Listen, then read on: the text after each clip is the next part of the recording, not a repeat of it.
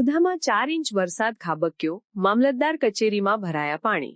મહુધા શહેર અને તાલુકામાં ગઈકાલ સવારથી આજ સવાર સુધીમાં 2 ઇંચ, જ્યારે આજે સવારથી આજે બપોર સુધીમાં 4 ઇંચ જેટલો વરસાદ ખાબકતા મહુધા શહેર અને તાલુકામાં ચારે તરફ પાણી જ પાણી જોવા મળ્યું હતું। તો મહુધામાં વધારે પાણી ભરાઈ જવાને કારણે વોર્ડ નંબર 3ના કેટલાક ઘરોમાં પાણી ભરાઈ ગયા હતા, જેને કારણે કેટલાક પરિવારોને સ્થાનિક સ્કૂલમાં આશ્રય આપવામાં આવ્યો છે। આજ સવારથી સમગ્ર જિલ્લામાં વરસાદની હેલી જામી છે, જેને પગલે મહુધા શહેર અને તાલુકામાં પણ સવારે 6 થી બપોરના 4 વાગ્યા સુધીમાં જ 4 ઇંચથી વધારે વરસાદ વરસી ગયો છે, જેને કારણે મહુધા શહેરમાં આવેલા વોર્ડ નંબર 3માં પાણી ભરાઈ જતા 25 જેટલા પરિવારોને હિજરત કરવાની ફરજ પડી છે। મહુધા શહેરના તળાવો ઉભરાઈ ગયા છે, તો તાલુકાના ગામોની પણ આવી જ હાલત છે। તાલુકાના ગામોમાં પણ પાણી ભરાઈ જતા મહુધા સાથેનો સંપર્ક તૂટ્યો છે। ગામડાના રસ્તામાં વાહનો લઈને જતા ખુદ સ્થાનિકો પણ ગભરાય છે। તેમને પણ ડર છે કે કદાચ રોડ તૂટી ગયા હશે અને રોડની સાઈડમાં પડેલા પાણીના ખાડામાં ગાડી પડે તો જીવ જવાની પણ શક્યતાઓ છે। ગઈકાલથી વરસતા વરસાદને કારણે મહુધા તાલુકાના ધંધોડી, શંખપુરા અને મગનપુરા રોડ પરના રોડ પાણીમાં ગરકાવ થઈ ગયા છે, જેને કારણે સ્થાનિકોનો સંપર્ક મહુધાથી કપાઈ ગયો છે। આવી જ પરિસ્થિતિ મહુધા તાલુકાના બીજા ગામોની પણ છે। મહુધાના ભૂમસ અને સિંઘાલીની પણ આવી જ કંઈક સ્થિતિ છે। તેમજ સિંઘાલી ગામ પાસે આવેલ કેનાલ પણ છલકાઈ છે, જેની પાછળનું મુખ્ય કારણ કાંસની સફાઈ નહીં કરી હોવાનું સ્થાનિકોએ જણાવ્યું છે। અલ્પેશભાઈ, આજે સ્કૂલમાં કેમ આવ્યા, શું કારણ છે? એનું કારણ છે અત્યારે પાણી ત્યાં આપણે 20-25 ઘરો છે અમારા, ત્યાં આગળ અમારું અત્યારે પાણી બધા ઘરોમાં ફરે છે। અમને કોઈ સહાયતા હાલતું નથી। અમને ખાલી એક જ માણસે સહારો આપ્યો છે, અત્યારે વિક્રમભાઈ એકલાએ સહારો આપ્યો છે અમને, બીજો કોઈ સહારો આપતા અમને નથી। એનું કારણ છે દાદા કે આપણે પાણી ત્યાં આગળ આટલું બધું પેઢ્યું છે, તમને કોઈ કાર્યવાહી કોઈ કરતા નથી, કશું કરતા કોઈ નથી અમારું। અત્યારે જે પણ થઈ રહ્યું છે અમે કન્યા શાળામાં આવ્યા છીએ, અમે ત્યાં આગળ અહીંયા આગળ અત્યારે આવ્યા છે, તો હમણાં ત્યાંથી આપણે જે કર્યું છે વિક્રમભાઈ, એટલો અમને આભાર છે એમનો।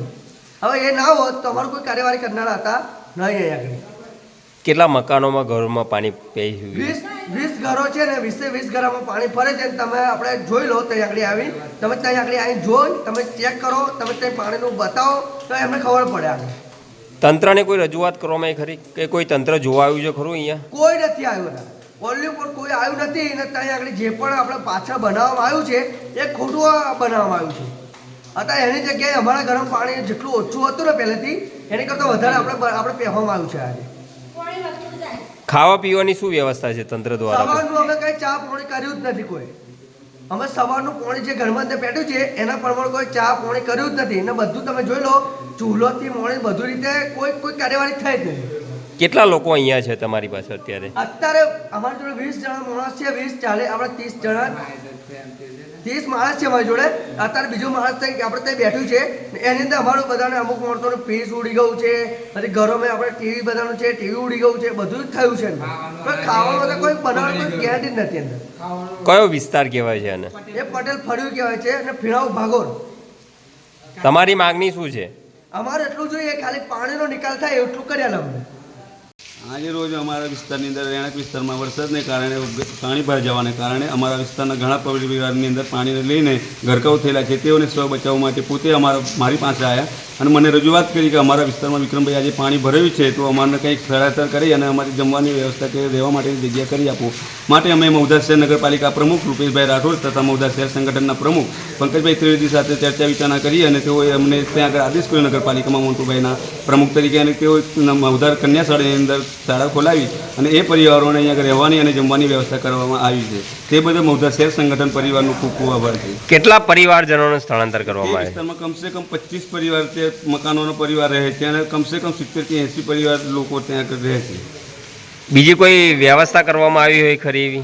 જમવાની અને રહેવા માટેની અત્યારે તો વ્યવસ્થા કરવામાં આવી છે મહુધા નગરપાલિકા દ્વારા અત્યારે, અને પછીની પરિસ્થિતિ તેના અનુકૂળ આગળ કઈ ચર્ચા વિચારણા કરશે તેવી બાંયધરી હતી છે।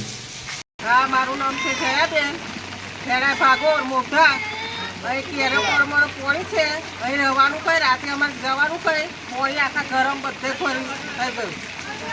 100 ઘરોમાં પાણી ભરાઈ ગયું, 100 ઘરોના માણસો ખાઈ જાય। આ ખાવાનો છોકરો બધો અમારો અહીંયા આગળ ભૂખો તરસો તરવે છે, પણ છોકરો અહીંયા આગળ અમારે જાય કઈ સગવડ કઈ ચા પણ નહીં પીધો, જાય નહીં પીધી, ખાવાનું નહીં ખાધું, ભૂખે એમાં છોકરો અમારે તરવે છે। કોઈ નેતા નહીં, કોઈ પ્રમુખ નહીં, કોઈ સરપંચ નહીં, કોઈ અમારું કોઈ સગવડ કરી શકતા નહીં. અમારું વર્ષે અમારું પાણી બધું જ ભરે. વોટ લેવા ખાતર બધા જ પણ આવી પડે. બધા જ સરપણો બરપણો બહારના એના બધા જ આવી જાય. પણ અમારે આગળ કોઈ સુવિધા કરવા વાળું નહીં.